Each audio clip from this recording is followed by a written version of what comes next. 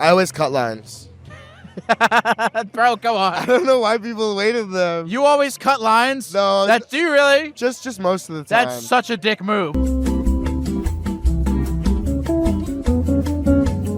Hello, and welcome back to the Therapy Gecko podcast, or welcome for the first time if you're listening for the first time. This is a Gek IRL episode, meaning that I'm actually not alone in a dark room talking to other people alone in a dark room. I am in the center of one of the busiest parks in one of the busiest places in the world, New York City, Washington Square Park. There's a lot of people around me. It's the evening time. It's a Friday night. I had no other plans. I can't think of anything I would rather be doing than right now than being here doing this. There's nothing more. What am I going to do? I'm going to go to a bar? Talk to who? I'll talk to way more people doing this than I would if I went to the club. If I went to the club, the amount of people I would interact with would be I'd be lucky if I talked to one other person besides either myself if I went alone or a friend if I went with a friend. This is the most social evening I could realistically have for myself in New York City. So for me, it's a solid Friday night plan. We're going to talk to some people. Normally I just take phone calls, but today I'm going to take, we're going to try to do this once a week, do a weekly Gecko IRL episode. And we're going to talk to some people. There's a lot of people that want to talk. I'm not going to get to talk to all of them. I'll get to talk to a few of them. And we're going to be happy with the ones that we did get to talk to. And we're not going to get hung up on the ones we didn't get to talk to. That's life for you. Okay, all right, let's talk to some people. How's it going, man? What's your name? My name is Jay. Jay. I'm doing okay. Nice to meet you, Jay. What's going on, Jay? How's life? You know what? It's okay. It's okay for the most part. Yeah. I just got here. This is day 17 in New York. Oh, where are you moving from? I came from Atlanta. Oh, cool. I love Atlanta. Yeah, it's a beautiful city. I've got mixed feelings about New York so far. Okay, well, why'd you come here? School. Oh, wait, NYU? Yeah. All right. Yeah, I was over at SCAD doing film. Yeah, I know SCAD. Yeah, so this was I kind of threw NYU out as a Hail Mary, and and I was like, oh shit, I actually got in. So are you at Tisch, the film school? Yeah, it was. Okay, I really got to know. So I went to film school. Okay. I went to Temple University for film school. Graduated 5 years ago, something like that. Okay. And it was absolutely. Here's the thing: the curriculum itself, the experience I had at college was great. I got to meet a lot of people. I got to do a lot of stuff. Right. I had a nice experience. Of course. But the actual curriculum, they don't really teach you how to do anything. Yeah. What is films? Film school is so outdated now. Yeah, is that correct? Is that right? I'm kind of hearing that. I think that most of what you get out of film school is connections and meeting people around you that'll help you out or whatever. But I feel with most stuff you get one class on it and it's hey, here's lighting, that's it. And then we're not touching that again. Right. So what's your dream, man? What do you want out of life? I want to be in my crib just writing scripts whenever I want, and then to have enough money so I could day drink. Yeah. Like a cashmere sweater, I'm yeah. just blah, blah, blah. And then after a year of being a hermit or whatever. Yeah. I'll come out and I'll be okay, I'm going to shoot this film now. If you can get drunk at 1 p.m. on a Tuesday and no one's mad at you, I think that's beautiful. That's a wonderful financial goal to have. Right? I think that is and I need to be able to go and smoke with my friends at 20, 25 and it'd be yeah, we're creatives and we're together and we're thinking. And Wait. You need to be able to go and smoke with your friends at 20, 25? The ages? Yeah. And it not be oh, what are you guys doing with your lives? But it's oh, we're decompressing, Yeah, I've been thinking about that. This is a topic I've talked to death on this podcast with weed and stuff. But I always that was a fantasy I always had too, especially when I was in high school. Yeah. Was I loved the idea that I could get really high and then work on something creative. And I realized that here's the problem with that that I found out is the fantasy of getting really high. The fantasy is that you get high, and that getting high allows your brain to effortlessly just produce spit out words on. I words, don't think it's ever worked. Right? And it never works. No. And that's not because here's the reality I want to face is that making stuff is actually a lot of fucking work, dude. Yeah.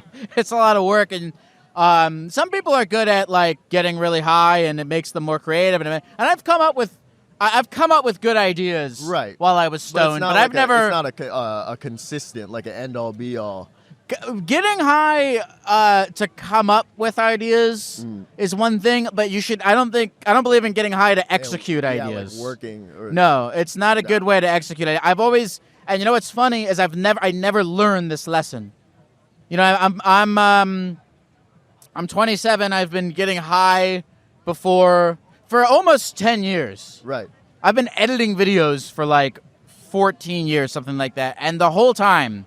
I've been like, you know what would make this editing session more enjoyable is if I got really super stoned. Yeah 100%. And I get stoned, and then I'm like, oh, I'm way too high to look at a computer. Yeah. And then the next day I go, this time is going to be different. Right. And I do that pretty much every day for 14 years. I'm probably going to do it later on. I'm going to be like, I did it for this. I was like, if I get high, this will be more fun. The day right before I left, my friends were like, hey, you know, we want to throw you like a little going away party or whatever. And we were like, okay, you know, we'll shoot a short film. It'll be real guerrilla. You know, we'll do it in one day. We got there. We had no SD card, and we were like, oh, fuck, what do we do now? So we just day drink and watch the Batman.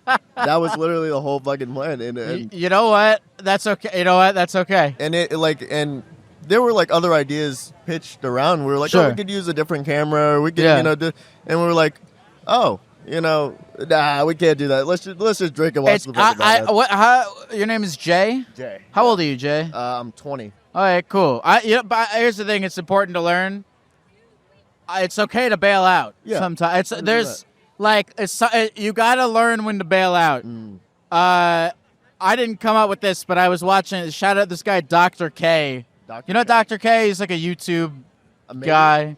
He's like a YouTube mental health dude. He was talking about how he works, and he was like, I work consistently, but I never dip into reserves. And when I heard that, that spoke to me because it's like if you're like, oh, this is not going to work. Like something fucked up. Your SD card is fucked up. Your computer's overheating. It's okay. As long as you don't have a deadline, it's okay to give in. Yeah. Now and then. Yeah. Like there have been so many days where I feel like every time that I push myself to like, if I'm at the point of exhaustion, I'm like, oh, you know, let me get these last words on paper. Almost always I come back the next day and I'm like, this is fucking gobbledygook. This means fucking nothing. Right. I have to come and do it anyway. Right. I mean, that's, especially because here's the thing is like creative work is not measured in man hours. It's measured in, quality. Creativity and brain power, right? Yeah. So you want to work within your optimal brain power. Yes. And if you're sitting and you're editing something or you're painting something, or you're writing something, and you go, once you can feel physically that you're cooked, just to push yourself past that, it's dog shit. You throw in the towel because you're leveraged, right? So like 30 minutes of high brain power work is going to be more valuable to you than 3 hours of cooked ass. bullshit. Yeah. 3 hours of ass. Like most of the time now, like I'm trying to get better at that because most of the time now, if I like really need to I need to remember this, I'll just make bullet points. I'll be like, yeah, this guy, he says something along these lines. I'm gonna go to bed now. So who do you like in the film universe? Ooh, it's always a rough question because I always, because I'm a big comic fan, so I always say I love James Gunn's work. Cool. Yeah, but then I think about those tweets, man. What? I'm not familiar. He had some crazy tweets, like not even like he could push past it or he's got to earn that shit back. I can't. What was he tweeting? Yeah, I can't even. You would get super demonetized. I'm not gonna lie. Oh, I mean, whatever. But anyway, who cares? Fucking. Well, all right. You like comic books. Yeah, I love comic stuff. Okay. James Gunn is like a big inspiration. I love Edgar Wright. I love You're cool. David Leitch because I think that those three guys are like the only three guys in Hollywood still that are like, I'm going to use all of the studio's fucking money. Right. We need to fly to Antarctica right now for this shot. I need $10,000 right now to do this. Yeah. Right? And they're just doing dumb shit. They're just making fun shit to watch. Yeah. I feel like it's if you've worked your career up to a point where someone will just give you an infinite amount of money to make something. I don't know if that exists anymore. No. I don't think that exists. I think that like the days are probably I feel like maybe 10 times a year, 5 times a year someone will get a lot of money to make a movie. But now it's all going to be, Yeah, I feel you're going to be making movies on your phone, man. You're not going to be making movies with like 30,000 fucking people. Hell no. Like it scared me a lot about like getting into film because of like the way that things are headed, not just because of like like AI and shit like that, ChatGPT. Because I'm like my big thing is writing, but Sure. I just want to direct so that my vision like comes through properly. Sure. But like yeah, and especially with I feel like studios are just way more risk adverse now. We're not getting as much random shit. Yeah, but again, it's like studios, I mean, like, you can just make your own movies, man. You put them on the internet. Oh, yeah. That's what I'm trying to do now. Right. Just, I love, over the last, like, 2 weeks or so that I've been here, and we've just had to go out and film in, like, fucking 90-degree weather. Like, I fucking love that. I like that a lot. Like, let's just pick up tripods and fucking go film. And, we're going to be out till like 1, 2 in the morning, and then we'll go get drinks or something, and it'll be great. But like, just do it. Just enjoy it. Enjoy being in film school and getting high and fucking around. It's a good time. Yeah. Like the idea of just making cool shit with your friends, like the people around you. Because I've been blessed to like, I've got so many friends in film that are like doing the same thing, and we're just ping-ponging ideas off of each other. It's great. It's actually my favorite shit in the world. Like, I could not imagine doing anything else but film, Jay, is there anything else you want to... Did I get your name right? Yeah. Okay, good. I fuck up names a lot. Is there anything else you want to say to the people at the computer before we go? Keep fucking making shit. That's really it. Just keep making shit. And, whether or not you've got money or I don't know. Make it real and then make it... That's the quote. Make it real and then make it good. Make it real, then make it good. I agree with that. Don't focus too much on making the thing good. You gotta just make the fucking thing, and then if it sucks, you make another one. Hell yeah. Beautiful. Good to meet you, Jay. Thank you. Good luck on your film career. You want to talk? What's your name? Anne. What is it? Anne. Anne. How's life going, Anne? It's going well. Are these even on? Yeah, they're on. They're on. They're not projecting. I've had a guy sit down here once and like try to like he was singing. He was really fucked up, and he was singing, and he was like, "How you got to turn up the amps." I don't think he understood that I'm recording a podcast. So why are you doing this?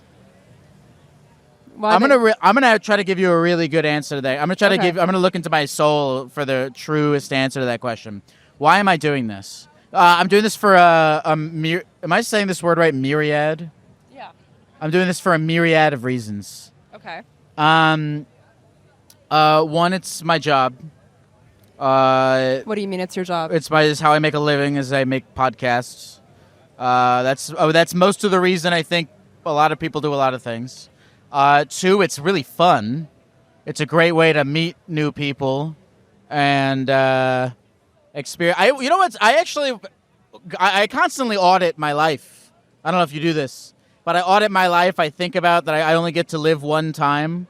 What's the best possible thing to do with my life, and how far is that from what I actually do? And I was thinking, I'm like, dressing up as a gecko and interviewing people around the world and in New York and whatever. I can't think of a better thing to do. It's like I'm not gonna like go into finance or be a fucking, I can't think of a better thing to be doing with my time right now. I could be raising a child, but I don't want to do that right now. How old are you? I'm 27. You're 27. How old are you?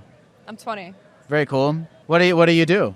I work in finance. Oh, sorry. I know. My bad. My B. That's okay. Do you? But okay, but you picked it for some reason. I picked it because it pays the bills. But Okay. I'm sure this pays the bills, and I could be doing this, and this is awesome. You could be doing this. This Why is the Gecko? This suit is like. Actually, the suit's gotten more expensive. It used to be $60. Now it's $90. Oh, you switched out suits? No, it's the same suit. It just is inflated. Oh, okay. Well, I'm not good. saying I had anything to do with that, but You got a good deal on it. Look at you. well, no. This is probably the 34th one that I've bought over the past 5 years. 5 years? Yeah, You've been something doing like this for that. 5 years. I've been doing this for 5 years. How long have you been doing finance? I just started. Okay, I have to imagine. I actually feel bad about what I said because I have to imagine that in the finance universe, there's got to be at least. You ever seen Breaking Bad? I don't like Breaking Bad. I know it's a hot take. Why don't you like Breaking I'm Bad? one of the minority that don't. That Wait, doesn't like I want to. Wait, tell me why I don't like Breaking Bad, then I'm going to finish the thought. Everyone hates on Skylar. Everyone hates on Skylar for no reason. She's a cool girl. Mm-hmm. I like Skylar. I like the wife. I think it gets monotonous. Like the characters, like Walter will always be bad. Oh no, you know what I mean? Jesse will always be like, it's like a trope. It just keeps going and going. It's like predictable. So here's why I brought up Breaking Bad is because to bring it back to everything we were just talking about is like the finance world, right? There's a scene, so throughout Breaking Bad, when Skylar discovers that Walter... Okay, so for those who don't know Breaking Bad, it's about this guy who, like, gets cancer and starts selling... It's like a chemistry teacher gets cancer, and he starts selling meth to, like, support his family and it's really before he good dies. meth. It's high quality. And it's high-quality meth. And it's high-quality meth. And so... And the whole time... Yeah. The fact that it's high-quality meth is important because the whole time, like, when Skylar's giving him shit about, like what you're doing is so dangerous, and he's trying to justify his actions in the whole series. Yeah. He's trying to justify his actions by going, "I'm doing it for the family." And he's good at it. He goes. Yeah. Well, he goes. "I'm doing it for the family. I'm doing it for the family." And then there's one point where Skylar goes, "And don't say you're doing it for the family." And he goes, "You know what? I wasn't doing it for the family." Oh. And he goes, "I was doing it because I was good at it." And I have to imagine there's got to be at least some people in the finance world who, if you ask them about it, are not like, "Oh, I just did it for the money. Or maybe it started. I just went in it for the money, and now it's like I do it because I'm good at it. Or just I do it because it's what I do. I do it. I don't even think I'm good at it. I think my talents are wasted. What are your talents that My you feel as though talents- you're wasting? I don't know. I'm a very fast walker. If that was a sport, I'd be an awesome athlete. It is a sport, but you got to go a little bit. You got to go fast enough that they call it running. I haven't explored all of my talents to have really known whether or not it's been totally wasted. I mean, but you've explored yours. Can I ask you, why the gecko? Do you get that a lot? The real answer is kind of complicated and boring, but I'll give you a fun answer. No, I want to know the boring answer. No, I can't, the boring answer, it's too... Is it emotional? No, it's that... No, if it were emotional, it wouldn't be boring. Okay. I was going to give you a fake answer that was more emotional. I think I want the boring answer. But you're welcome to tell me whatever you'd like. So you're majoring in finance. You're not going to tell me? No, I'm probably not going to tell you, but Will you tell me after? Sure, I can tell you after. Okay. Okay, so do you go to NYU? I graduated school already. Oh, you did? Yeah. Wait, you're only 20? Yeah, I know. It's a huge thing. Oh, no. It's not no. It's but what's the deal with that? You graduated? I graduated early. Did you take a lot of AP courses? No, I just did it in 3 years. 6 classes, summer classes, winter classes, whatever. Just, How hard did you have to work for 3 years to do that? Not that hard. It's not that hard. No? Anyone could do it. It's like, college is like, you don't need to do it for the full 4 years. They're just doing it to milk you. Okay. Am I taking up too much of your time? No, I think yeah, someone else should go. we're just Someone chilling. can go. Okay. Was there something else you were thinking about majoring in? I majored in psychology for a little bit. Oh, really? Yeah, Wait, I why'd you did. drop psychology? I dropped psychology because I went through a phase of really liking perfume and bras. And my parents were like, "You love expensive things." Oh, and I was like, no. "Yeah, I do." Yeah. And then they made me feel like a poor person if I did psychology. So I was like, Yeah. "All right, fair enough." Yeah. Yeah. Yeah. No. Yeah. There are there's certain things I don't cook. I just don't cook? I don't cook. I just go and I get I go to the grocery store and I get sushi, like the little grocery store sushi, and I get a rotisserie chicken. And I'm like, okay, now I need to have enough money to afford my rotisserie chicken and grocery store sushi. Mm-hmm. You know, your lifestyle inflates. Yes. The grocery store sushi and rotisserie chicken are my perfume and bras. Yeah. And it's like, yeah, you're. Well, I don't know. Do therapists make some They're money, all don't right. they? They're all right. It's a good struggle for a good 5-6 years, but they're all right. Did you go to college? I did go to college. Where did you go? I went to Temple University for film school. I was just talking Oh, you went to film school. the previous gentleman about About the film film. school. Yeah. What the hell was I gonna say? Oh yeah. Oh, how much money is enough for you? How much money do you think you need to? I don't know. I'd Be say all like my right. goal in this life is probably 200 to max out at. 200 a year. Yes. 200,000 a year. 200,000 a year. Okay. Yes. All right. So wait, to max out at. Yeah, I think at the height of my career, that would be a goal for me. Very cool. 200. So what is so what's the future like? Are you gonna be like in like a Manhattan high rise, like telling people to run the numbers? I don't know. I think I want to go to. I'm from Boston. I think I'd want to go there. Okay. Chestnut Hill, country club, take care of my parents. Okay, you want the whole. I want the you whole know what? thing. Can I say something? Okay. I'm not being the slightest facetious. I respect openly admitting wanting to be rich. I don't. Yeah. Okay. I'm gonna say something about this. Go ahead. This is a hot take. And Hot maybe take- It's hot good, take me. It's good content for If you. if go ahead, whatever I it think- is. I think people that are gold diggers like get too much hate. I think they get too much hate. I hate to say it. I'm not saying openly I'm a gold digger, but I think they just get like you know what? Yeah, shout out to you. Well, hold on. for A being gold digger, like okay, a gold digger. I feel like traditionally a gold digger would be somebody who like is in like some form of romantic relationship with somebody. Yes. Are you using it like that, or are you using gold digger as a catch-all phrase for anyone who who actively pursues money in any form? I think I meant the former. The Former. First, yes. Okay. Would you prefer to just marry rich? No. Actually, okay, I would like to marry rich. That's fine. Fine by me. I don't really care. I think I want to be able to hit a certain point where I have enough money to do what I really want. What do you really want? I don't know. I think I want to start a business. I want to do something cool. Here's the problem. I want to sell jam and Here's the Okay, problem. tell me. I'm going to tell you the problem is that actually I sort of eat these words, but I have been thinking about them. Is when you kind of I think when you delay a thing where you're like, okay, once I have enough money. What's wrong with my hat? sorry. No, it's okay. Wait, is everything all right? Yeah, I just wanted to know if it was like squishy. That's okay. It is. When you delay Keep going. a thing like, oh, I want to start a business, but I need enough money to do it. I feel like you keep moving the goalposts a little bit. I do. I Yeah, found do. that in my life, And here we are. and here we are. And you've done it. Although I'll tell you this. I found that in my life. Although there have been, I will say, certain things that I wanted to do where I was like, okay, once I'm at this particular point in my life, I'll do this, and it did actually work that way. Where once I was at that particular point in life, I will do this. I'm gonna tell you something, and maybe since you're here and you're talking to everyone, maybe you'll give me your feedback. Go ahead. I think lately, don't freak out when I say this. I'm not gonna freak out. Go ahead. Or Okay. I might, but You go might ahead. freak out. I think death has been calling my name in my sleep. You're so regretting me inviting me on this chair right now.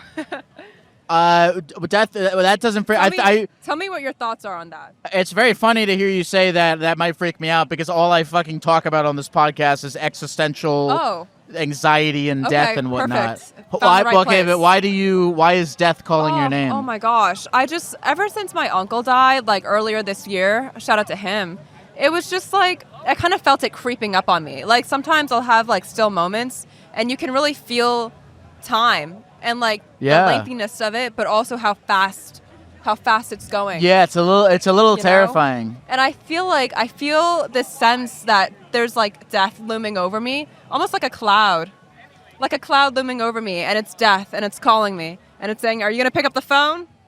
I don't know. Well, I mean, you die every day. What do you mean? Death is not a thing. Death is not one singular event. It's every day. I'm sorry, I'm being such a bummer, but it's you die a little bit every day. Every day you're a second older. You creep a little bit. Like life is a terminal illness.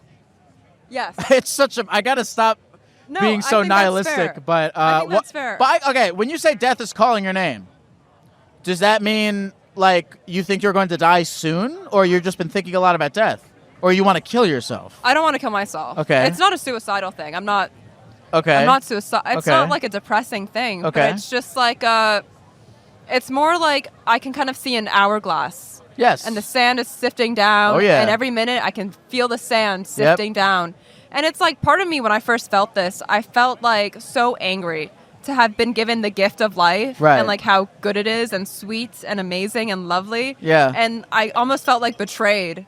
Yeah. That it's all gonna like go. Like why the fuck am I? You know what I mean? Yep. Oh, I know okay. exactly what you mean. Okay, cool. You actually, what you are talking about is the most persistent thought I have been having for the last 6 months.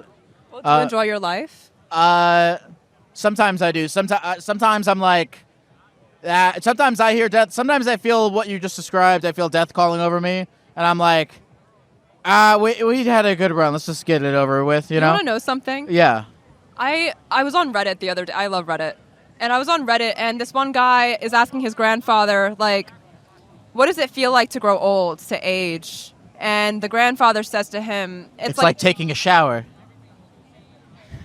Yes. And the water's getting colder and colder. Yes, you know exactly what I'm talking about. about. Yeah, I saw the same Reddit post however long ago that was. Yes, awesome. Yeah, I think about that Reddit post very often. I think about that all the time. Yeah. I know the exact Reddit post. Yeah, that spooked me a little bit. Yeah. But you know what's funny? Here's the thing. But fuck that guy because. What? That's a really good analogy. Yeah, but that's one guy, right? Okay. I talked to my dad about death a little bit. Yeah. And my dad was like, you know, the older I get, and the less time I have on this earth, the less anxious I am. He was like, I'm having like an existential crisis, and I'm in my basement at my dad's house, and he's like practicing his putting. He's been playing golf for like 30 years, and he's like fucking doing like a practice swing, and he's talking to me, and he's like, yeah, the less time I have on earth, the less anxious I feel. When I was young, I had so many problems. Now I don't really have any problems. You know? Louis C.K. does this bit where he's like, you know, I'm 52 years old. I feel pretty good. When you're young, it's hard. You have, you know, if you're 20, you've got about 50 to 60 years to not be homeless or alone during. Yeah. But the older you get, you're like, all right, we're getting there. It's pretty good. We're getting there. You know? Where are we going? I also like, I see. Well, I see older people all over the city, too. And they're doing well. They're doing great. Well, I'm not afraid of aging. That's kind of how I like made the distinction in my head. It's like I see older women, and I love older women. They don't give a fuck. They're doing so well. Right. They're not having existential crises. They don't care, whatever. But it's like the sleep. It's the sleep. It's like the nothingness. Right. That kind of kills me a little. It's sure. Yeah. Well, I think we're both in the same boat. You don't have to impart any advice on me. No, this is not advice. I saw the last guy. No, these aren't. This isn't advice. This is just we're just pondering. But I was talking to a friend about that. Yeah, I've been talking to everyone. I've been talking to everyone about this. You know, we've been dead for like ever. We've been dead for infinite time. Agree. We've been dead for billions of years. So the fact that we're gonna be dead for billions more is fine. We're actually more used to being dead than we are to being alive. So it's going to be fine. You know, we spent way more time being... Are you prepared to die? I'm prepared to die. If I had to die tomorrow, I'd be terrified. But I'm very happy with how I have spent my life thus far. I'm like, it's the greatest blessing I could possibly have. I feel extremely content with how my 27 years have gone. They've had plenty of times of like a terror and anxiety and fear and depression, a lot of bad things, and a lot of sadness and whatnot, but also just such incredible charm and joy, you know. So I have no regrets. I mean, I have a few regrets. I regret any time that I was an asshole. I regret times in the future that I might be an asshole. What was the most asshole thing that you've done? Who knows? But I regret any times I was an asshole. I kind of regret times that I was worried, but not even really. That was just part of it.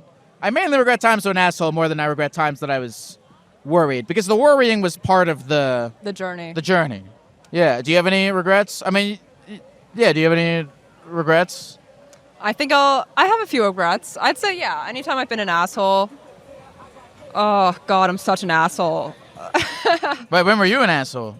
Well, I can't say that because you didn't even answer mine. Okay, You just subtly swept it away. Hold on. Actually, let me try to remember the last time I was an asshole. To someone. I don't know. I can remember. I'm trying to remember specific things, but I've been terse to people. Terse. Terse. You know the word terse? I don't know the word terse. Like fast. Like. Oh, you've like, just been rude. Yeah, rude. Yeah. A dick. Okay. Yeah, I've been a dick sometimes. Okay. Sure. And I think. And anytime I was a dick, it was because I was angry about. I was never a dick because I was angry about the thing. I was a dick because it was something else that I was upset by that was outside of the. When you're angry, it's like, okay, I'm an angry person. I can be an angry person. I'm calm like 95% of the time. 5% of the time, I'm like really angry for some reason. You're just like constantly reading me as we keep going. And I think that being angry, it's more about something that's unresolved within yourself. Right. I mean, call me spiritual or whatever, but truly, like, I think, like, if you're angry, there's just something wrong, and you're angry with yourself. Yeah. And this is just a reflection and how you're showing it to the external world. Oh, I fully agree. But it's not true anger. Yeah. Oh, You know what I mean? I fully agree. I think if you're to be angry anytime I've been angry at the external world, it's usually because of like I'm in a bad mood. Like if I'm in a good mood, I don't give a shit about fucking anything. There's nothing that could piss me off, really. Yeah. If I'm in a good mood. So those are the things I would regret, is times where I was an asshole. But the aging thing is interesting. I mean, look at I think about it is like look at the president.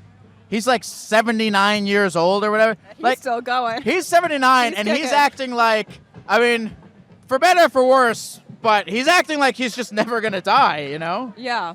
I want like how often does he fucking think about the fact he's gonna die? He's probably gonna die in the next his time's years. fucking coming, but Yeah. I don't know if he ever thinks about it.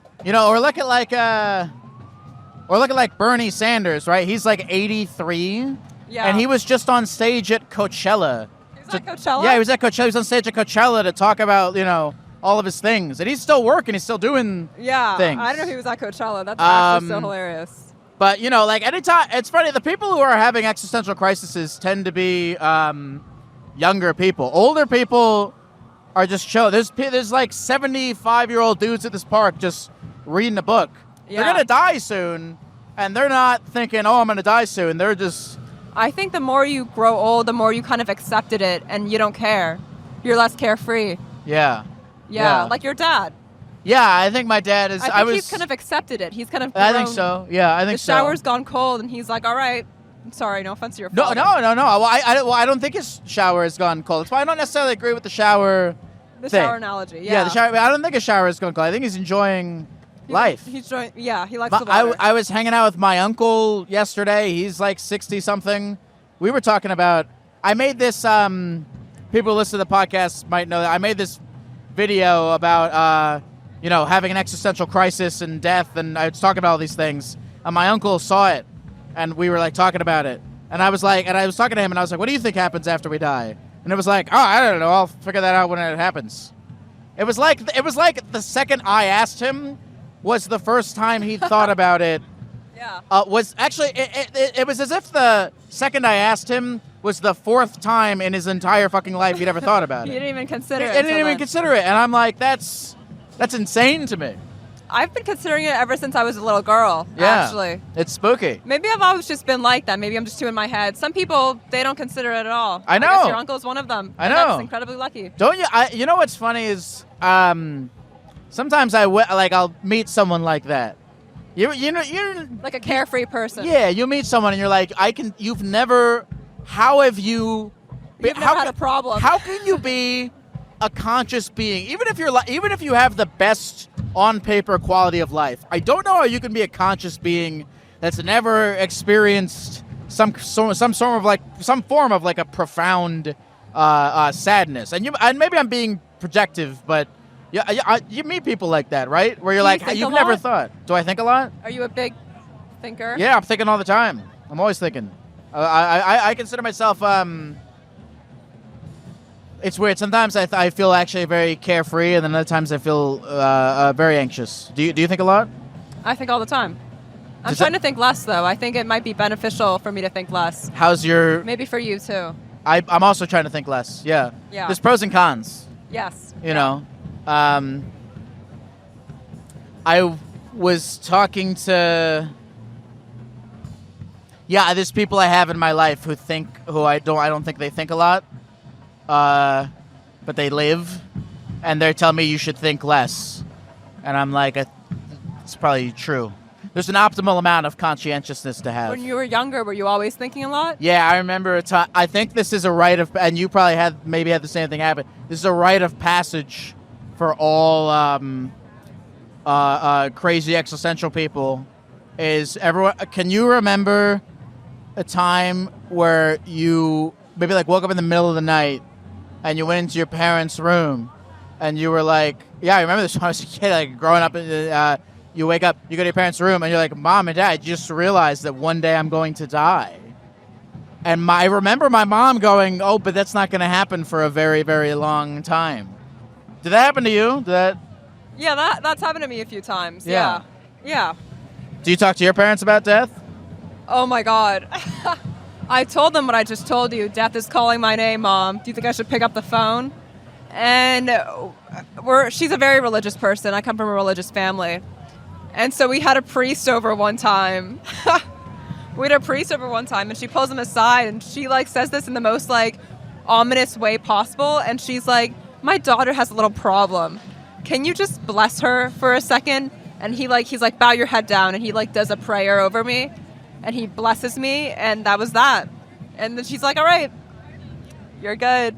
Did you feel better? Do I feel better? Do you think the prayer worked? Another part of me was thinking like maybe I've been possessed. Maybe. What religion were you? I'm Catholic.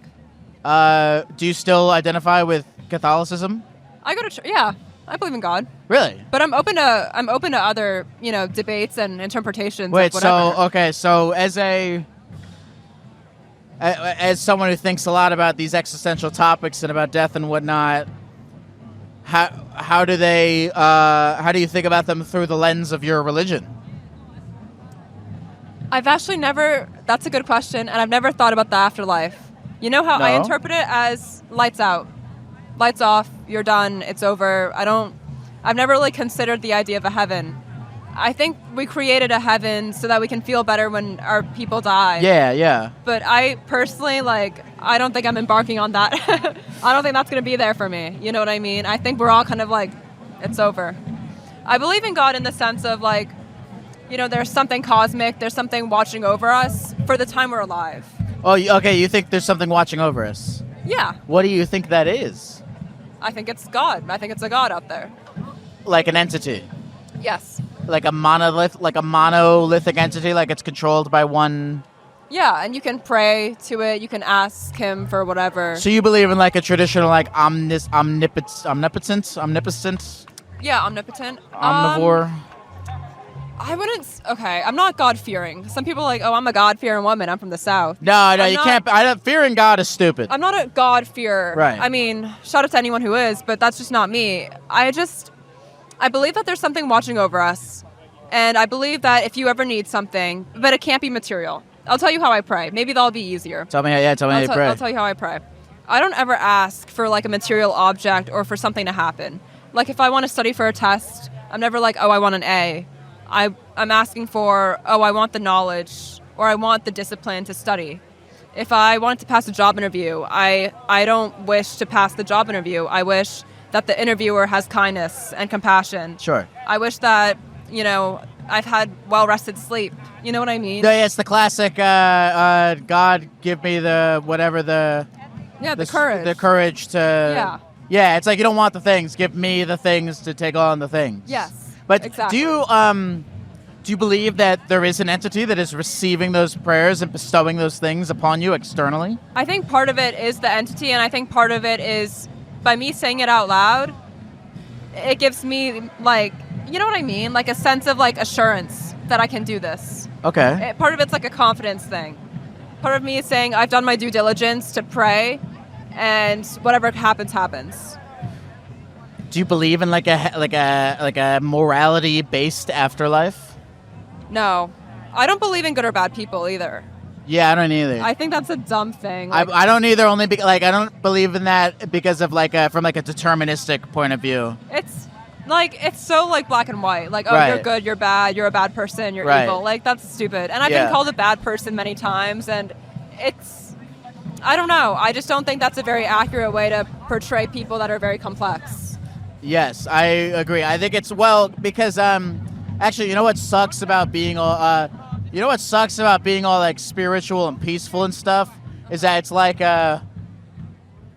it's so much easier to just be like, that guy's a fucking asshole, and just walk away. Yeah. It's so much easier, you know. It's easier on your mind, yeah. Yeah, because because the world is too complex and people are too complex to take in, and to deal with. So we have the labels that we like. Oh, that guy's an asshole, or that's whatever, because it makes it easier than being like, that person had a Bad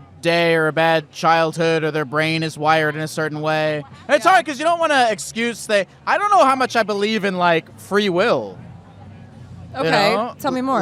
Because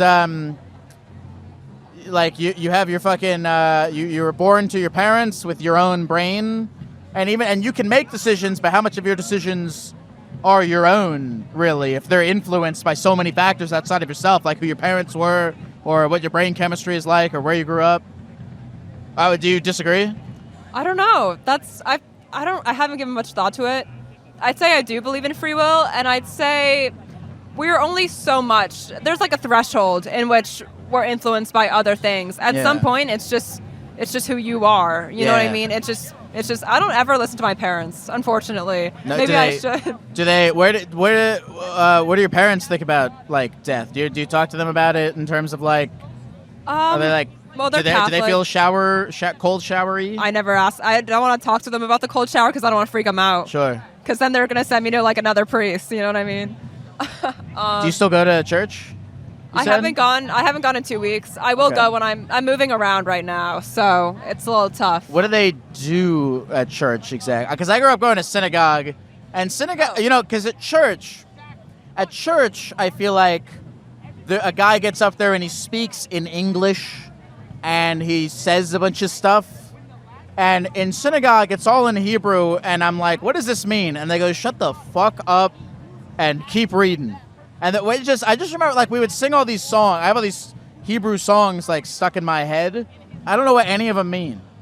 I can't tell you a single, like, when we go to synagogue and we was just singing in Hebrew, and nobody ever stopped to be like, hey, by the way, this is what it all means. they're talking about. Actually, I remember one thing. Okay. Uh, What is it? maybe this is a statement about boundaries or something. Okay. Okay, I remember one thing from Hebrew school. I was told something from the Torah, a story about this guy who's like he's like lost in the desert, and he has a canteen of a little bit of water, and he only has enough water for himself. And he meets this guy who's also like thirsty and wandering through the desert, and the guy's like, "Hey, can I have some of your water?" And according to Torah, it's totally cool if you just don't give him the water and you take all the water. You just have all the water That was for a yourself. lesson that was taught. Yeah, That was they like told me. They told me that in. It's okay to be selfish. Yeah, I guess so. It's okay to be selfish. I think so. I don't know. I don't know if that's good PR for That's kinda funny. for us Jews right now. But anyway, what were you going to say? I don't know, and I think this is a good stopping point because you have a line. There's no lie, there's but no line. what's your name? I'm Anne. What's Anne. your name? Anne, a pleasure to meet you.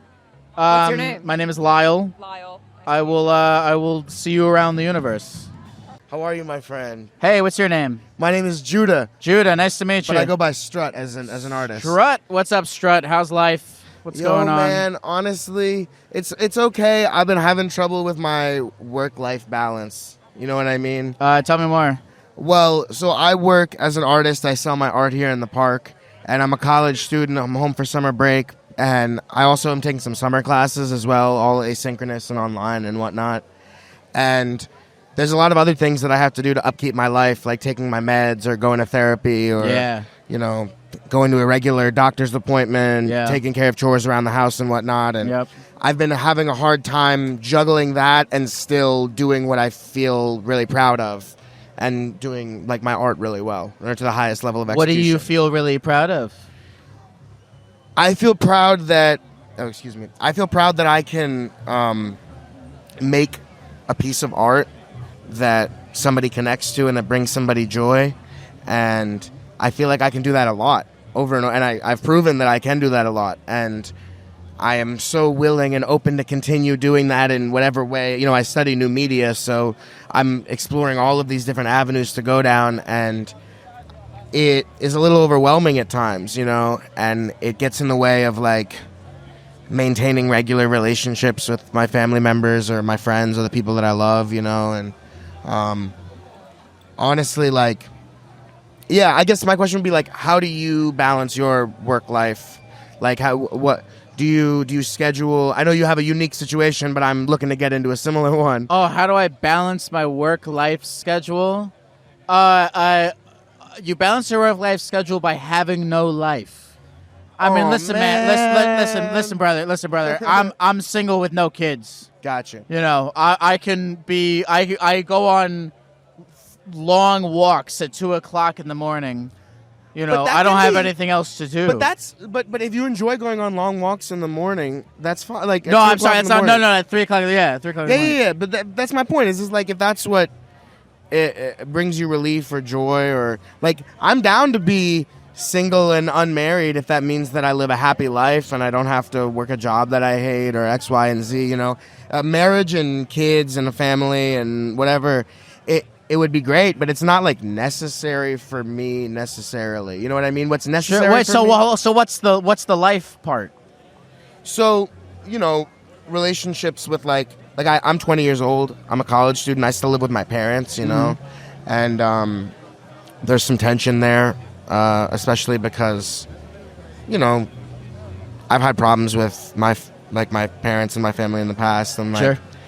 It comes to a head sometimes when I'm 20 years old and still living in the apartment, and I'm trying to do my artwork and make a lot of prints of all my different things, and I'm kind of spread out a little bit, and they come home when I didn't think they were going to come home. They get mad at the mess, and I don't know. I need a certain amount of I need a certain amount of success off of this stuff in order to be able to have my own space and be independent. Yeah, especially in. Well, do you live with your parents in the city? Like 5 blocks that way. Yeah. Oh, your parents live in Manhattan. Yeah. Okay.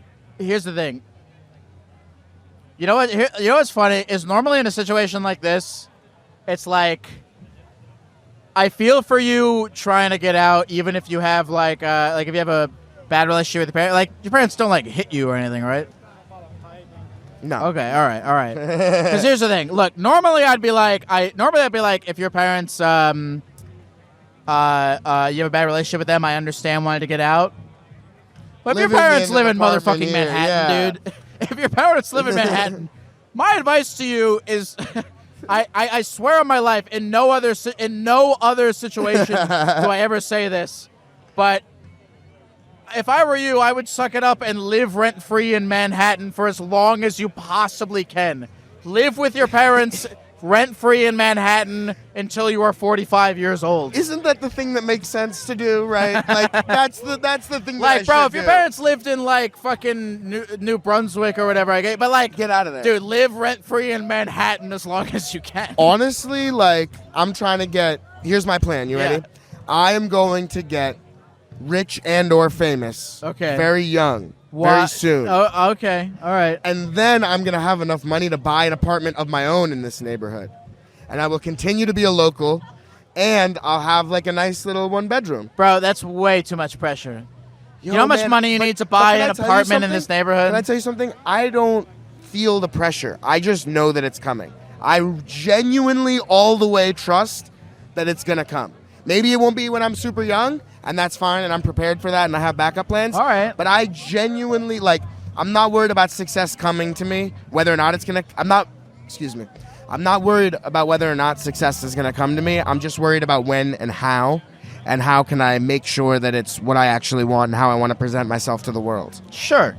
And, like... Why not? I really, yeah, and even if it isn't fame and fortune or whatever, it'll be a loving and fulfilling life. And, like, I feel like I Good. can build that off of my art. Good. And, you know, 100%. Strut.nyc. We're lit.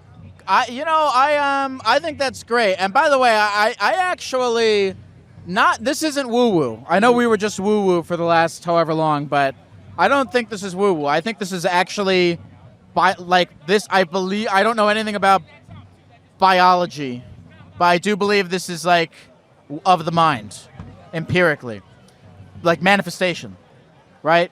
Because I don't necessarily believe in manifestation as a way of you put out signals into something outside of yourself, but you put signals into your brain, and the signals and the thoughts you have influence the actions you have, and the actions that you do influence the way that the external world responds to you. And so I believe that manifestation empirically works in that way.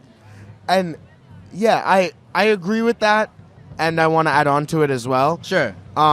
Because I want to say, like, I think that manifestation works in that if it is something that is constantly on your mind and you're thinking about it and always improving those ideas and working on those ideas, then it will progress because you're putting the work into it. Of course. And the reason why I really trust myself to become successful and not worry about it is because I know that I will always put the work in, and I live by a lot of little mottos that I've come up with or accumulated, but one of them is that the definition of luck is the combination of opportunity and preparation.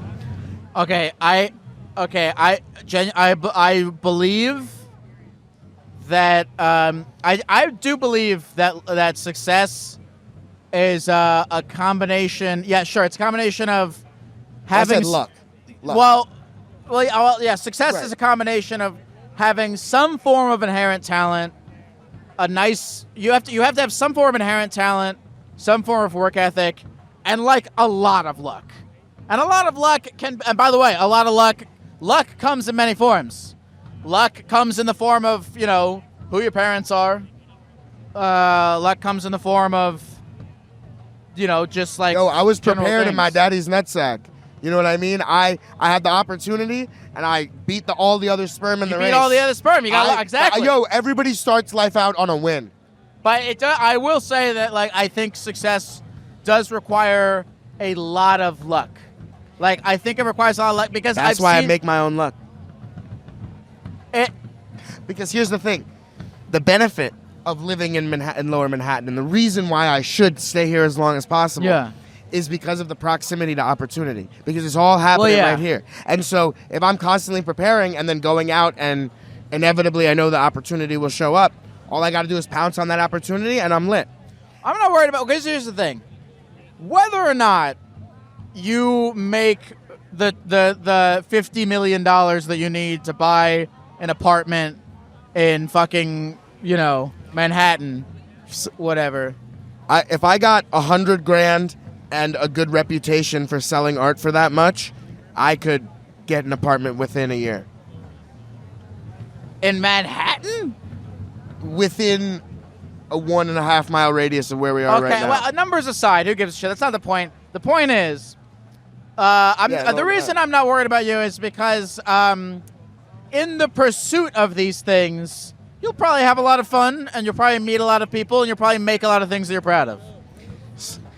100%. Yo, speaking of things that I'm proud of, I actually have a gift that I want to give to you. Is that all right? Oh, you're going to Nardwar me? Is that okay? Oh, you're going to Nardwar me? One moment. Okay, Nat, 1 sec. Nat!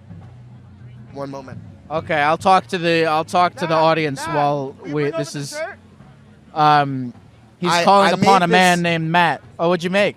I made a shirt. I make wearable paintings. Oh, you make wearable paintings? Wearable paintings. I like And I made this shirt a couple of... Oh, get the fuck out of here. I made this shirt a couple of weeks ago, and when I saw you, it made me think of you, and honestly, you still go by the Therapy Gecko, right? Or no, you've sure, switched yeah. it up. Geck, Therapy Gecko, Lyle, whatever.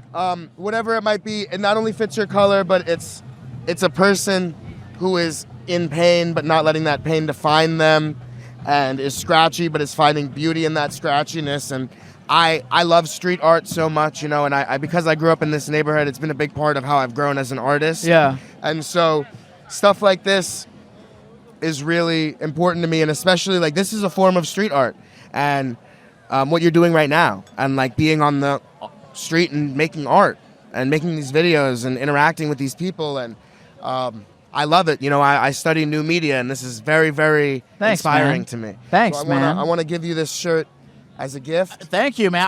I gotta make this here. I'm gonna make this the so that the audio listeners can see it. I'll make it the thumbnail of the podcast. Oh, amazing! Of like the audio podcast, because it's fun. This is a perfect shirt for me.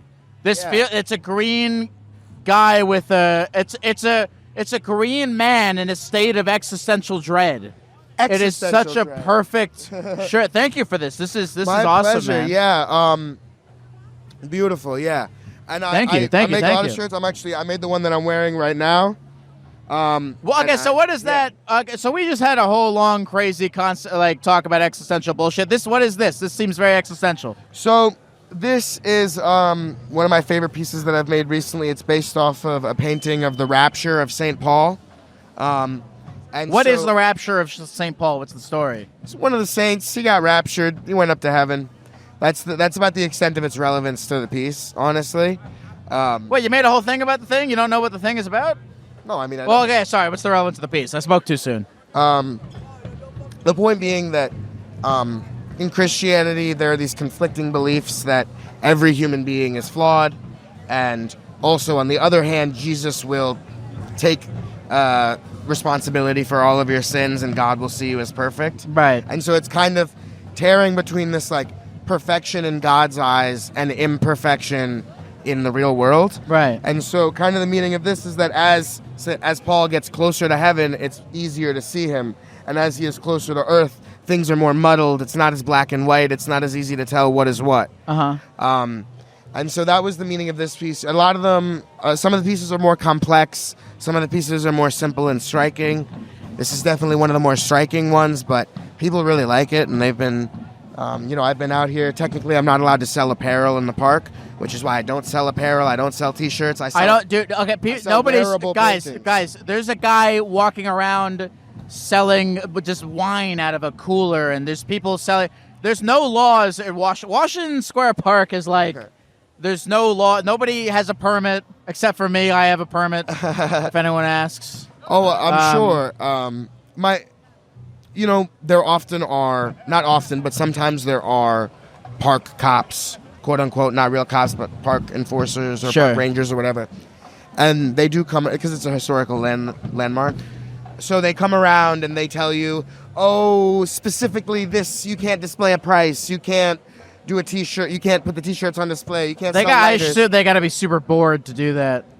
Yes, and they only come out once in a while to just let people know, and it's the same guys. So if they see you twice doing the same thing, then it's a court summons, and it's a whole little issue. And honestly, that's why I voted for Zoran Mamdani, is because he is working to help street vendors have less red tape to cut through and just make stuff like street art or street food, which is a form of street art in my opinion, able to be more accessible and cheaper. He's going to make the process for getting a food cart license or a food truck license a lot easier to do. I like the idea of a campaign that's like a dollar water bottle out of a cooler, guys, from Andami. Yes. But you know what?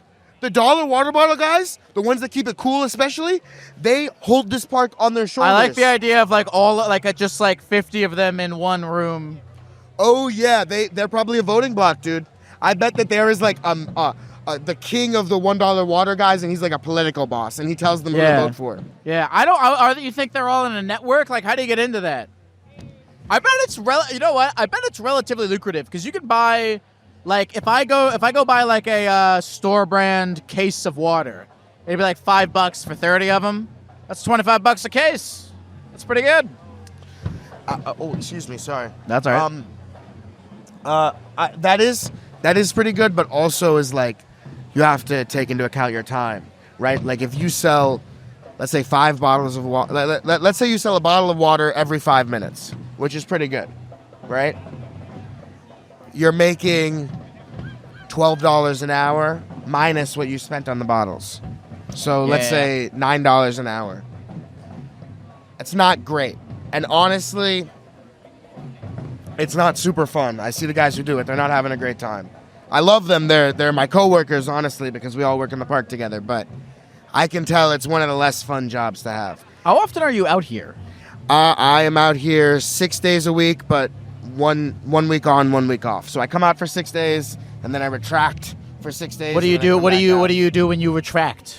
I make more art pieces. I normally only do very limited editions, so I'll do 5 prints of a new design, and then once they sell out, I'll just turn it into a sticker, but it'll never exist as a print again. Sure. So I spend the week cooking up, 15, 20 new designs, printing stuff out.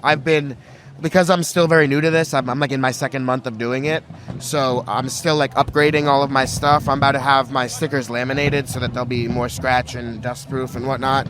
They're waterproof, but they're not as good as they could be. And I'm part of an art collective called BYOBF.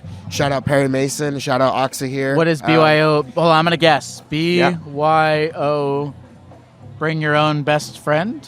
You're super close. It's be your own best friend. That sounds depressing. You know what? It's actually really inspirational, and it kind of is parallel to a form of existentialism or nihilism that I really like, which is optimistic nihilism. Optimistic nihilism. I love it. We're on that train a little bit. 100%. And so I can give you the backstory behind it, actually. Go ahead. My good friend Perry Mason, who's a successful and up-and-coming musician, he invited some people that were old friends to a show, and he invited some old friends to a show, and they didn't show up. And he got really upset, and he went home and he wrote BYOBF, be your own best friend, all over his walls. And ever since then, that's been the brand, that's been the collective. We're working on his friends didn't come to his show, so he has to be his own friends. But do you know what? It really inspired me when I heard that story. Yeah, right. The idea is you have to be your biggest supporter. You have to be the person who believes in you the most. You can't wait on somebody else to believe in you. They got their own things going on. And so, it kind of goes into my name, Strut, which is all about confidence and about... Yeah. Really what I say about Strut is like, if you don't walk out of your apartment or your house every single morning truly believing and acting like you are the shit, like you are the best guy. Well, you will never be the shit. You gotta have I think there's an optimal amount of thinking you're the shit, and you gotta, no one likes someone who doesn't hate themselves a little bit. You have to hate yourself a little bit. Does it seem like I don't hate myself? You probably hate yourself a little bit. I can tell you hate yourself a little bit only because hating yourself a little bit is a natural trait, I believe, of all super ambitious people. Yes. And the parts of myself that I hate are the parts that are unable to achieve my creative goals, and like the good parts come up with all these great ideas, and the parts that are bad hold me back from creating those ideas. And that's why I've been working to work with my problems. One thing that I learned as a new media major, I had to take a programming class. Uh-huh. And I fucking hate programming. It's like the computer worst. programming? Yeah. Oh, AI is going to do all that stuff. Anyways, point being. By the way, hold on. I think AI will do that. So I don't think it's going to take away like art, though. I agree. I don't think it's going to take away art. I think that if you as an artist are worried about AI replacing your art, you either have to believe in yourself more or make better art. I think AI will probably take away like a lot of commercial art. I don't think that's art. I think that is just like commodifiable visuals. That's not art. I think it will Art take is away a like lot of commodifiable visuals. But as far as like when you buy tickets to see like a comedian, or when you buy a piece from an artist, you're buying more than just it's like that person. 100%. And only people can be people. As but an yeah, artist, like I have so when many a company Horcruxes. is like, oh, I need a logo for my fucking bank or whatever. That's Go fuck yourself. that's gone. That's how I feel about it. Sorry, Right. I don't mean to curse so much. You can curse. I don't. It's not PBS. This is New York after all. How you guys doing? What's up? How do you feel? Yo, there's a bunch of what's guys. Up? Why'd you get back here? Oh, there's a bunch of guys behind us. Who Yeah, are these guys? I like your costume. I like your costume. You love thanks. everybody? Peace. High five, bro. Yo, end war, peace. And war, guys, come on. Peace, Peace, just just fucking peace. Everybody just peace, bro. Peace and love. Sick, man. I like that. see, I find That's that cool. if you- Dude, fucking send those guys to the battlefields. I bet those those guys. are some good grunts. I bet those guys could bring peace to the world You know what? in a heartbeat. One high five at a time. One high five at a time. I love it so much. Jebediah. Jebediah was a bullfrog. He was a good friend of mine. Who are your favorite artists before we go? I'll give a couple of visual artists. I really love Richard Prince. He's very controversial. Why? Why is he controversial? He takes other people's artwork and he reframes it. He gives it new meaning. Sure. And calls it his own, and is very successful with it. But some people don't like that. For the record, if anyone wants to take this exact podcast and re-upload it on YouTube and put like a really grainy filter on it and some lo-fi hip-hop underneath it, if you can find a way to make money doing that, you go ahead. I don't give a fuck. I'm gonna make a YouTube channel doing that. Yeah? Yeah, but- grainy lo-fi hip-hop Yo, Therapy Gecko re-uploads. 1,000,000%. If you can do that and it adds value to your life in any way, shape, or form, then go ahead. I don't love give a it fuck. because I'm doing new media, so I'm studying all these Okay. different facets of art and all these If different you can forms. if you can make a YouTube channel where it's this podcast, but it's got the Simpsons theme on a loop underneath it at 12 decibel volume, I don't go ahead, whatever. You know what I'm gonna do? I'm gonna use the curve function and make us look like pieces of glitch art, moving glitch Yeah, art. go ahead. And then I'm gonna lower the octaves, and when one person is when you're talking, you're gonna talk really at a really high pitch, and then when the guest is talking, they're gonna talk at low fuck pitch. it up. Who gives? Yeah, I don't we're gonna care. have so much yeah, fun. Yeah, remix it. I love it's it. fine. That's You the know. spirit of street Like art. people, like sometimes I'll get a DM where someone's like, "Hey, this guy is reposting all your reels." Awesome. It's fine. It's, by the way, that's good. That is, if my goal is that I want as many people to see the thing as possible, who gives a shit? Yeah. And It's not like we're getting money off of Instagram, anyways. yeah. Also, that's another thing. It's like, I don't really make money off of like the platforms themselves as much. 100%.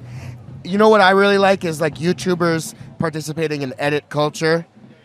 You know what I mean? Like, yeah, YouTube poops. Yeah, exactly. And like the evolution of that, and like there are a lot of YouTubers that will like take a second in each video or in every so video and be like, okay, Yeah. we're gonna edit farm for a second and just like flip their hair and Right, have fun and right. yada yada yada.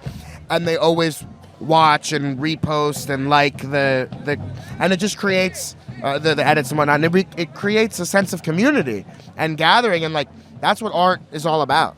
It's funny, like I don't know, you take like how many times you go on YouTube and you see a Family Guy clip or like a whole like Family Guy funny episode compilation, and it's uploaded by like Shadow the Hedgehog 52 or whatever, and it's like if Fox went around and took all those down, that'd be bad. Yeah, that would be bad it's good to have, it means more people are going to see your shit, more people are going to like your shit. 100%. Yo. Where do you think we go when we die? Never mind. Who No, cares? no, All right. I'm good for that question. All right. I'm a smart dude. Okay, all right. You don't have to be smart to answer that question. I don't Yeah, think. but I think that you have to be open to looking at your emotions instead of just choosing the most comfortable Can you? answer. Do you think you can answer it in 20 seconds? Because I think if I have another conversation about death, I'm going to cry myself to Yes. sleep tonight. Give me countdown from 20. I'm not going to count. I'll just trust you. All right. Here's what I think about what happens after we die. I think that it doesn't fucking matter. I Cool. think that you should choose to live your life the way that it makes sense for you to live it, and Yeah. the way that makes other people and yourself the happiest and the most comfortable. And if there is a God and if there is an afterlife, if he disagrees with my morals, then hell will probably not be hell and heaven will probably not be heaven. Bro, so yeah, he'll yep. just choose the right place for me. There's some quote where it's like if God is the kind of guy that sends you to hellfire for masturbating or whatever, then he's probably a dick. And I don't want to worship him anyway. That's our remix of whatever the fuck it was that he said. You know what I think as like an agnostic Jewish person? Oh, you're Jewish? Yeah. Let motherfucking Chaim. L'chaim. It's a Shabbat. Shabbat Shalom. It is Shabbat. Friday evening. night. Friday night. You were actually here for the beginning of Shabbat. Somebody asked me the other day what Shabbat is. I didn't know how to tell them. It's like it's time of rest and reflection, and we Jews, we're very neurotic. We're always running around doing things. We have This to take is time true. to reflect and recombobulate and decompress. Is anxiety a Jewish thing? Are you anxious? Judaism is an anxious thing. Sure. Anxiety is not a Jewish thing. Do you know what I mean? Sure. like, It's pretty fair to say, as a blanket statement, Jews are anxious overall yeah, as a right. trend. But not all anxious people are Jews. Right, well, of course. They might enjoy Judaism or benefit from Judaism, but they aren't necessarily Jews. Yeah. Do you think it's like the constant like we're always like escaping from some bullshit?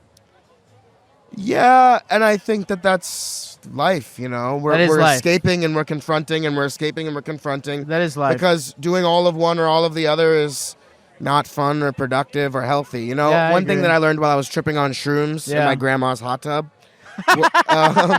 You live a hilarious life. Yeah, man, to the maximum.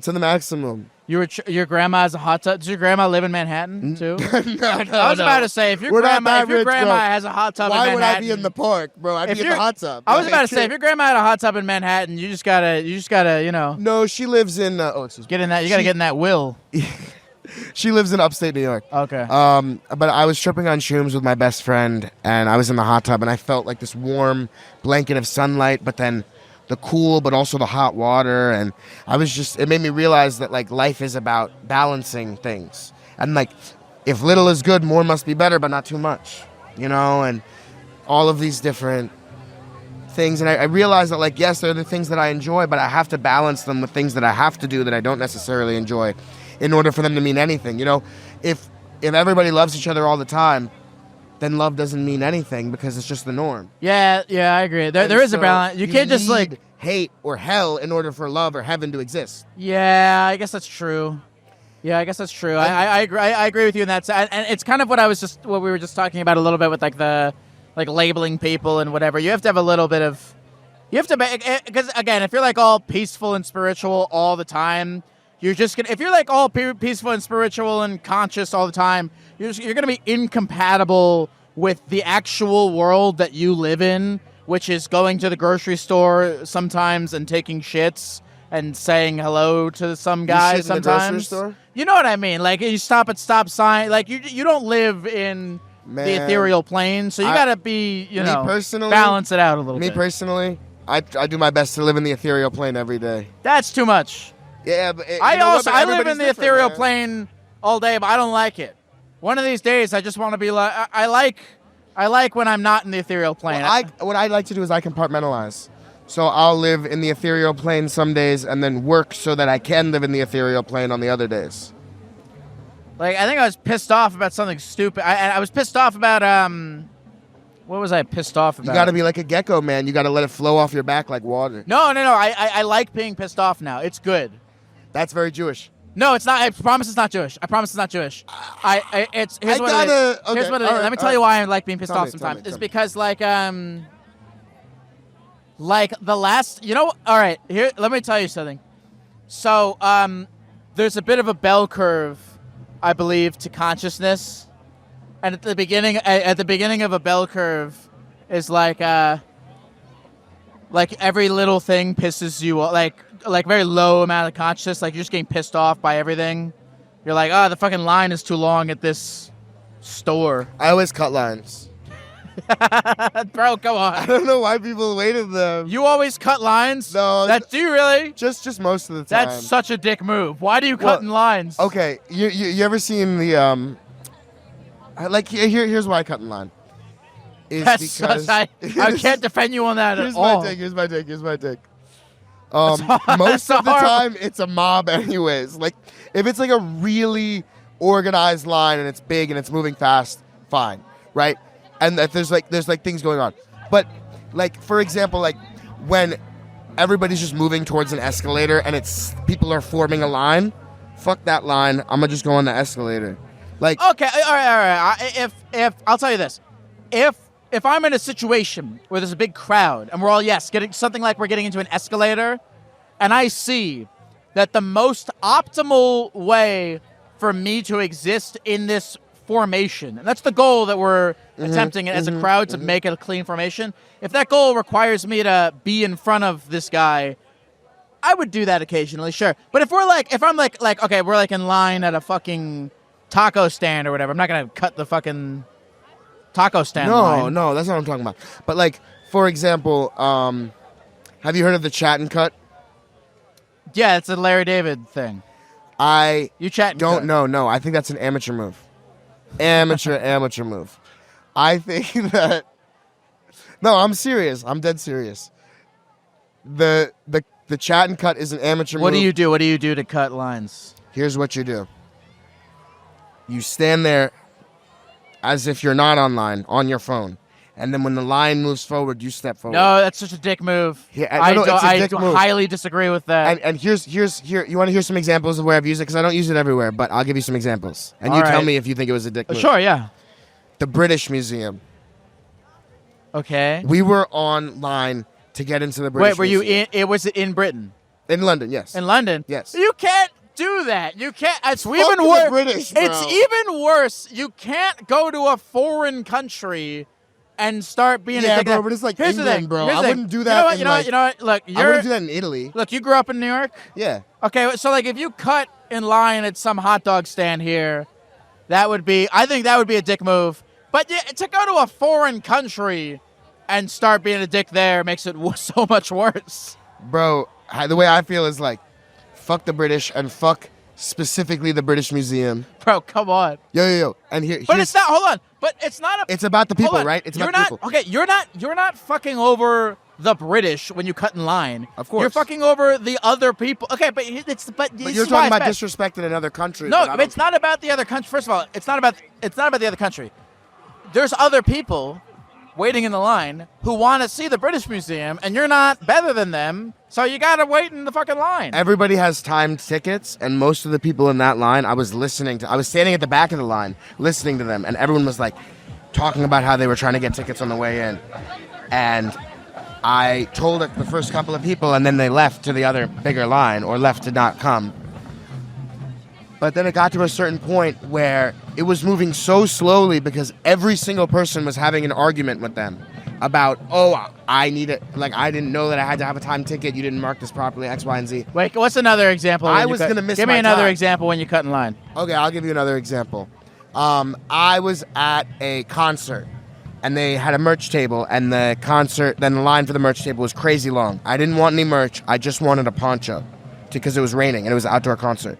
So I stood at the front of the line and asked people, like, yo, can I give you $5? You buy me a poncho. Oh my God! It worked. It worked. Judah. I didn't even have to give him $5. It worked. Judah. I know it's selfish. I've been like in Chipotle, like I'll go to Chipotle, and I'll wait in line for the thing, like to get my burrito, and then afterwards I'm like, oh crap, I forgot napkins. I gotta ask them for napkins, and some people they go to the front of the line like, hey, so I just wanted to ask for napkins. You I wait wait in the line. Yeah, to I ask think- for the napkins. Can I be real with you, bro? And I think that my opinion is equally as valid as yours. You're a sucker for that. I disagree. I disagree. I agree Like, with okay, the okay, you know disagreement. what? You're the I know what kind of okay. You ever do you fly? Do you fly? You fly? Sometimes, yeah. You ever get the person who's like You ever get the person who's like, "Hey, I'm sorry, I'm late for my flight. Can I cut in front of you at TSA?" Yeah. I cannot imagine having the gall to do that. I understand it. I say no sometimes. I but- would miss the flight and waste a bunch of money having to get a new one before I did that. Not even, and that's not even, actually, I'll say this, and that's not like me being like a fucking holier than thou guy. That's just me, that's It's me, like social anxiety. not even social anxiety, but it's like, just to have the nerve. We'd have the nerve, but motherfucker, we all want to get on the, we all want to get to our flights. I think that we are both taking hyperbolic stances that are unrealistic for regular people's lives. I know, I disagree. I think you're wrong. No, I think I don't agree think that I'm don't wrong, think but I'm, I also I don't think that you're wrong a little. I'm necessary. Okay, let me tell you something. I think you're 100% wrong. I don't think I'm necessarily right. I don't think I'm necessarily wrong either. But I think you're 100% wrong. Can I give you the another version of the Chipotle example you were talking yeah, about? sure. And then I do have to go because Yeah, my go friend ahead, go wants to ahead. go home. I cut the line in Chipotle, and here's how I do it. I go on DoorDash and I order a pickup order 15 minutes before I get That's there. not cutting the line. Yeah, but it is cutting the line. Okay, go ahead. I'll let you finish. It's the same exact thing because they're going to get the order and make it. They're going to get the order before someone who got into the shop before you even thought about getting the burrito has gotten to the front yet. Yeah, but that's fair. But that's fair because you are taking advantage of a system that the person who is waiting in line could have also taken advantage of. You're operating within the established system. You are operating within an established form of order. Right. When but you cut if the we line take at social, if we take social norms out of it, we think about just like what's right and what's wrong. Sure. Right. The same kind of like financial system that allowed me to make the DoorDash, right? Pickup. It's just a social system that says that I can't cut in line, bro. I'm sorry. I really I love this bit, but I can't keep it up anymore. I don't cut in line. Wait, I'm sorry. this is a bit? Yeah, I'm sorry. This whole thing was a bit? Yeah, I love you. You I'm shouldn't. sorry. Wait. This was a bit? You know Yeah. I didn't. I just came. What a terrible bit. Why would you do I'm this? sorry. We laughed. We had fun. We loved. We did laugh, but everyone on the podcast, everyone's gonna hate you now. Okay, I'm okay with that. You know, like you're not doing something right if you're not getting haters, and like honestly, No, they'll I don't probably gain community by like showing each other the video. Look at this dumbass. He cuts in the line. He's an asshole. People will. The overall will be better. And honestly, like if people clip that, I'll be like, oh, if you look at the end, I said I was joking. And Can I clip this? Please clip it. Can I clip? Because I was thinking. You know, what I was thinking while we were having this clip it conversation. and tag me. Can I actually? I'm going to tell you something. I'm going to tell you. I'm being 100% serious with you right now. I was thinking. I was like, this would be a good clip, but I know that if I clip it, it's just gonna. I've had a time where I've done this podcast where I was in Portugal and I had this lady on, and I made a clip of her, and I posted the clip, and the clip like did well, it performed well, but all of the comments were just like, "Fuck this lady, she sucks," and I'm like, I don't like that. Like that's not what I'm like going for. I don't like feel comfortable with that. Like that's not the kind of like what. That's not like what I'm. That's really not what I'm trying to be about. So I deleted the clip. And I was thinking just now, I was like, this would be a good clip, but if I post it, everyone in the comments is gonna be like, "Fuck this guy sucks." And I'm not that's not what I'm about. I'm not trying. I don't want to like get views that way. Yeah. But Yeah, if you're telling me, yes, I am. But if you're saying to me, you actively would want to subject yourself to that, then I'll consider it. I would love if you would consider it, and you could even include a little bit at the end where I said, "Oh, I was just joking."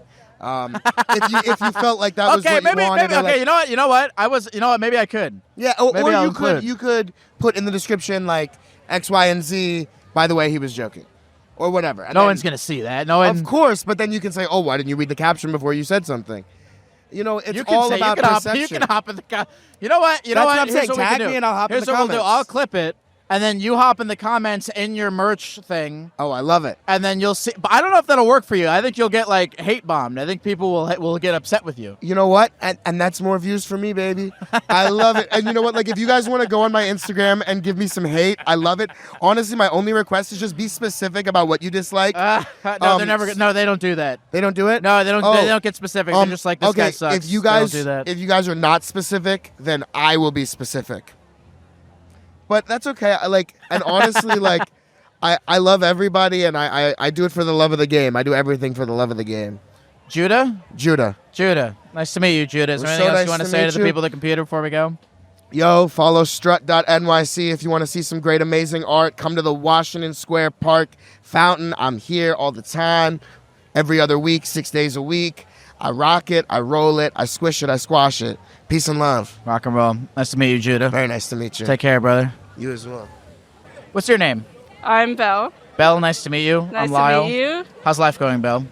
It's going. Yeah. Very cool. Yeah. That we don't have. That could be it.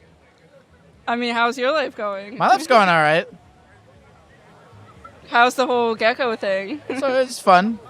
That's good. It could be it. That could be the whole conversation. That could be it. I don't know how this works. I was just How does this work? Well, what are you doing in the park? How many people tell you that you look like Raven from Teen Titans a day? never heard that before. Shut up! You never heard that before. You've never heard that before. Literally never, ever. I'm talking to her friend off screen. Do you agree with that? They said they can see that. Can you see it? I don't know. Today I got Wednesday Addams, so How do you feel about these comparisons? Do they? I don't care. I mean, I take it as a compliment. Okay, good. So. Good. What are you doing out in the park today? Just hanging out with my friend. I mean, I didn't even plan to stay this late, but then I don't know. I saw you. I thought you, before you had like the Gecko suit on, I thought you were like gonna cosplay Shrek or something. Yeah, that's what I get a lot. A lot of people come up to me when I'm just wearing the I just have the face paint on, and people are like, "Oh, are you Shrek?" Or someone will be like, "Oh, are you the Hulk?" Or like I get when I'm wearing the costume or I'm wearing just the paint, I get a rotation of the same 5 things said to me constantly, and I don't have a clever thing to say back. So here's what I normally say. I'll be walking and someone's like, "Why is your face green?" And I'll usually be like, "I'm a crazy green guy," and I'll just keep walking. Yeah. Unless if someone's like, "Oh, I've seen your videos," and I'm like, "Oh, okay, thank you, I appreciate it." But if it's just someone who's like, "Why is your face green?" Sometimes I'll be like, "Oh, I was doing interviews in the park," but normally I'll just be like, "I'm crazy," That works too. which works too. It's a little true. That could be it. That could be the whole conversation. Yeah. No, you seem like you've been standing over there the entire time I've been doing this. I mean, I don't know how this works. I was just like, Yeah, ask me another question. how'd you get into this? Wait, what do you study? What do you do with your life? Do you study something? Do you work at something? Do you? Yeah, fashion. Oh, you study fashion. Yeah. FIT. Oh, you're at FIT. Yeah. I almost went to FIT. Oh, for what? I was about to. I almost went to FIT for film. Oh, we talked about this. Oh yeah, we talked about this off camera a Yeah. little bit. I almost went to FIT for film. I was talking to my parents about it. My dad, my parents were both like, "You're gonna be the only straight man at the entire." That's not true. Is that true? I mean, you would definitely be a minority, but that's definitely not true. I will say, if you're a straight man there, all the girls come to you because there's so many girls. Is that true? Is that true? Do all the girls come? Is that really how that works? Unfortunately, yes. Or is it more like or is it like teacher hot? You know, where like it's like they're around, so they're hotter. You know what I mean? The teachers? Well, like you know what I mean? Like how do I say this? Like, okay, whatever. Like, yeah, because there's so few men around. You're forced. I mean, that's who you're forced to find attractive. Is just who's there. Yeah, basically, but I mean that's kind of what happens. Like I feel like half the girls sleep with like the same like 5 guys. At least from what I've heard. So What do the guys study? Do they study fashion? all different types of things. I don't know. Okay. I don't talk to the guys that much. Except for him, and he's gay, so. What do you think is the future of fashion? AI will probably take over, and none of us will have jobs anymore, so. Really? You think so? Yeah, I mean, it's already happening, so. What and how do you believe it started happening? I mean, every time I open my phone, I'm like, oh, this is a cool, like, fashion runway, and then I'm like, wait, this is AI. But there was, like, it's AI as in, like the runway is AI? Or the clothes are AI? Like, the whole video is AI. Did a human at least prompt it? Because here, let me tell. Well, because all right, let me say. Here's kind of my thoughts about AI. Is like, I've seen, the genuinely good things I've seen with AI. Because like, all right, you can go into ChatGPT, right, and you can be like, make a dress that looks cool. Yeah. And 100% of the time, it's gonna make something that's like kind of lame. Yeah. But like the things I've seen with AI that are like genuinely funny, I'm like, okay, I can tell that the tools used to generate this were AI, but I can tell that a human being who is funny must be orchestrating this. A great example is I think it's called like Fat Fellas on Instagram, Fat Fella Season or something. It's just it's these AI videos of these like obese guys like doing heists and like riding on yachts and stuff, and it's super funny and it's all AI generated, but you can tell that a funny person used AI to make it. So I guess we could live in a world where like, okay, yeah, people are using AI, but you can tell that there is human intent behind the tools. Yeah, I mean, I get what you're saying. I feel like half of like the memes on my Instagram are AI now, but it's like. But they're funny. But they're funny enough to the point where a human being made it. The ethos of it was created in a human's mind. Yeah. I don't know. Do you agree with that, or do you think I'm being bullshitty right now? You can fight back. By the way, you said you didn't know how this works, but you can fight back if you disagree with anything I'm saying. I mean, I don't disagree. I mean, I sometimes am just like scrolling, and I think the AI stuff is funny, and like sometimes like not even funny. Like my mom always sends me like cute videos of animals that are like obviously AI. That stuff I don't like. I don't like the AI animals or like AI hot girls. Oh yeah, that makes me cringe. I don't like that at all. There's like certain things about that like ick me out, because there's like this new thing where like people are like AI like I guess like deep faking like people with like disabilities and like Down syndrome for like OnlyFans. Like I don't know, it's like this weird thing. There's a lot of there's a lot of like OnlyFans where it's like a lady's OnlyFans and she's like chatting with people, but it's not real. Yeah. You know, which makes sense because I think if you're chatting with a lady on OnlyFans, it's 99.99% of the time it's not her anyway. Yeah. So naturally it would lead to the point where it's like, well, none of it is her, and it's just some guy creating a thing. Yeah. I mean, it seems new now, but like, it was like, wasn't it like 10 years ago that like that whole Lil Miquela thing like went viral? Like there was this girl, Lil Miquela, that went viral for being like the first like AI influencer, like before AI blew up. This was like 10 years ago. Oh, okay, yeah, no, I know. Yeah, I know it's not a new thing, but yeah. But I don't know. I do wonder how successful those things will be, because I do believe that, like, you know, when you follow, like I was thinking about it, like I listen to podcasts and I watch YouTube videos. Yeah. There are some YouTube videos where I'm like if I'm watching I watch a lot of like video game trivia shit, and it's like if I'm watching a video game trivia 2 hours of GameCube facts video, Yeah. I probably won't notice if it's made by AI. Yeah. Right? But if I'm listening to a 2 hour long video of like a guy telling his life story, that I'm gonna be able to tell if it's AI. You know? Yeah. So it's like these things, the things that are more pure and authentic and personal, I think will persist, and the things that are impersonal, like I was just talking to that guy Judah about like commercial art, will probably be done by AI. Yeah. But yeah, I think the art and the things that are like impersonal and inauthentic and surface level will probably be replaced. But the things that are really deep and, you know, writing that's very personal and art and, you know, even visual art and fashion that's personal and has stories to it, I think will continue to persist. Because people buy into those things because they buy into the, you know, the human beings behind them.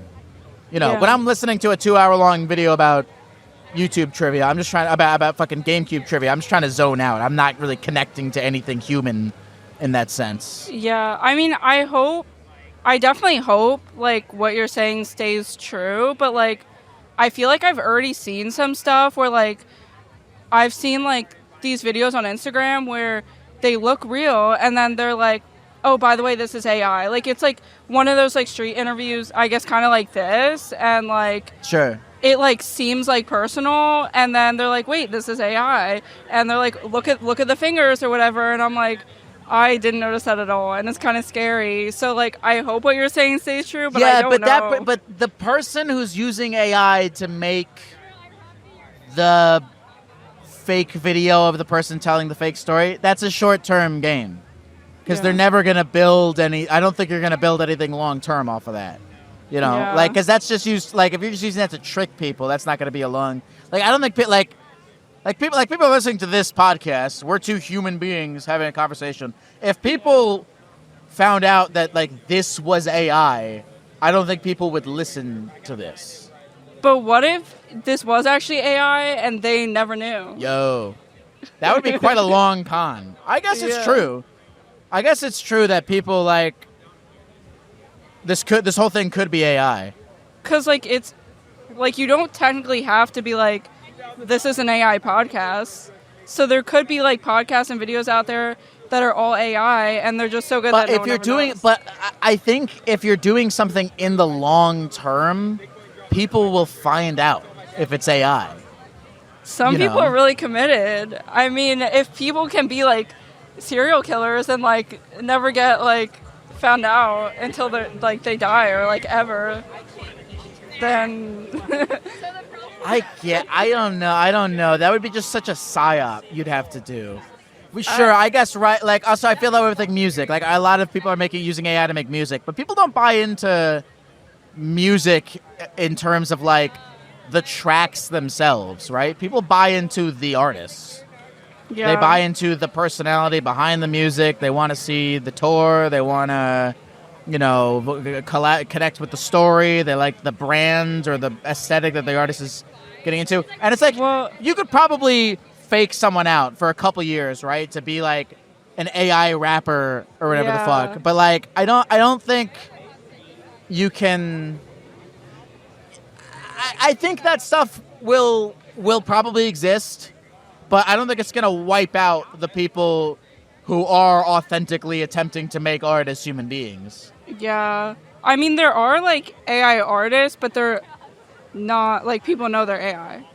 Right, people know they're AI, and I assume that the AI artists that are very successful are people who have some level of intention behind their art and are just using the AI as the tools and are not just being like, generate a cool picture for me, you know. Yeah.